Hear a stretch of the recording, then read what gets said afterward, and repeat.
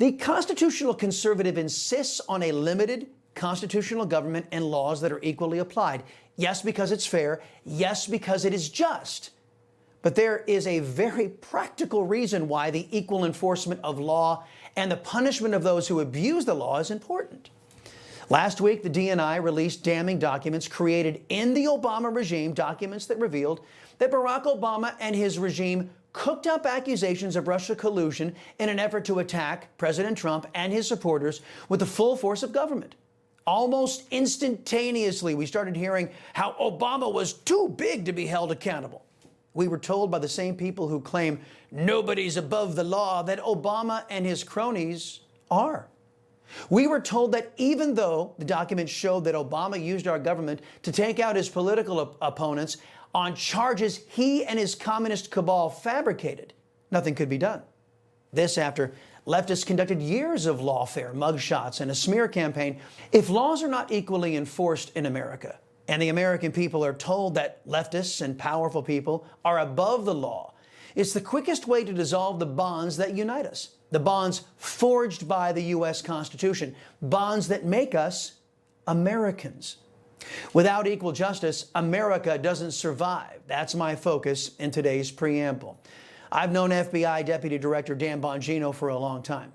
He is seasoned, committed to justice, and has seen a lot, but even he is shocked by the level of corruption on display from leftists who have infected the federal government. In a post on X, Bongino wrote, "The director and I are committed to stamping out public corruption and the political weaponization of both law enforcement and intelligence operations. It is a priority for us. But what I have learned in the course of our properly predicated and necessary investigations into these aforementioned matters has shocked me down to my core. We cannot run a republic like this. I'll never be the same after learning what I've learned," end quote. Bongino would go on to say that he would, through lawful and constitutional means, try to bring these anti-American elements to justice. But it bears pointing out that so many who dare to call themselves Republicans have looked the other way for decades, while this cancer has metastasized in the body politic, largely by virtue of, but not exclusively from, Democrats. It's federal law, for example, that marijuana is illegal. Yet, as of now, 24 states, 3 U.S. territories, and the District of Columbia have legalized marijuana for recreational use. 40 states have legalized medical use. These states are openly defying federal law. Nothing is done. In America, illegal immigration is, well, illegal. But in Illinois, a rogue district judge just declared that sanctuary policies which run counter to federal law are cool. Judge Lindsey Jenkins, a President Otto Penn appointee of the Northern District of Illinois, dismissed a case brought by the Trump administration that simply stated a fact. Local and state laws that run counter to federal law are illegal. But the judge declared that Chicago can defy U.S. federal law. Unbelievably, she cites the 10th Amendment, Jenkins writing, quote, "Finding that these same policy provisions constitute discrimination or impermissible regulation would provide an end run around the 10th Amendment. It would allow the federal government to commandeer states under the guise of intergovernmental immunity, the exact type of direct regulation of states barred by the 10th Amendment," end quote. Isn't it amazing that leftist judges only cite the 10th Amendment when allowing left-wing states to break the laws left-wingers don't like? Far from affirming states' rights, the leftist kook judge here conducted a direct assault on the Supremacy Clause of the U.S. Constitution. Article 6, Clause 2 of the U.S. Constitution states, "This Constitution and the laws of the United States which shall be made in pursuance thereof, and all treaties made, or which shall be made under the authority of the United States, shall be the supreme law of the land, and the judges in every state shall be bound thereby, anything in the Constitution or laws of any state to the contrary notwithstanding," end quote. Whether it be drugs, Obama's revealed illegality, or illegal aliens, leftists in this country are sending a message that they don't think the laws should apply to them if those laws get in the way of their extremist worldviews. So why don't we conservatives take a page from that book, right?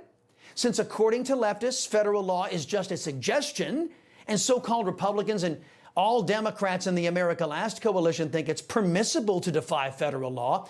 Here's a list of laws that states like Texas, Montana, Florida, Oklahoma, and other conservative states can pass in defiance of U.S. federal law. Number one, your town, your city, or your state could pass a law that declares your area a sanctuary for the Second Amendment. No federal gun restrictions will be enforced there. Or perhaps we could declare sanctuary cities and states from Obamacare. Given the fact that conservatives despise socialism and communism, we just won't be paying into socialized medicine anymore. In fact, many conservatives think that paying taxes on income is silly and counterproductive. Why don't conservative states pass a law that prohibits income taxes in defiance of federal income tax laws? Sound like a plan?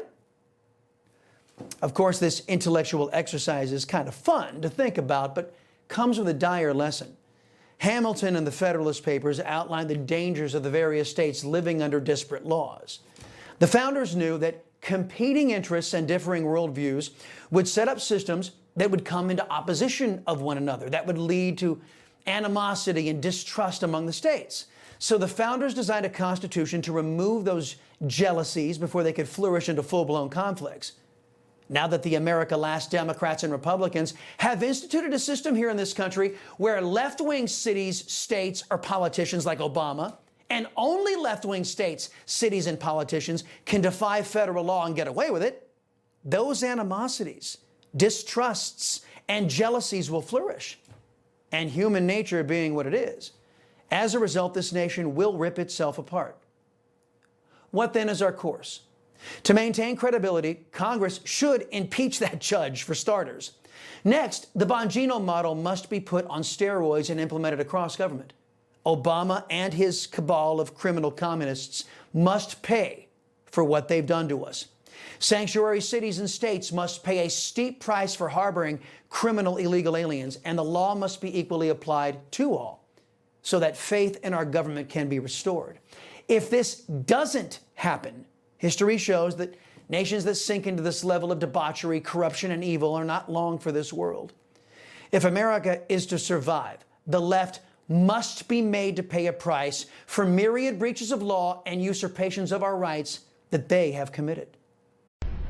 You know, folks, I thank God for my wonderful wife, my kids, my country, the greatest nation ever. And Americans like you who believe in the truth, the Chris Salcedo Show will never stop fighting for you. The Chris Salcedo Show, for the news you need to know.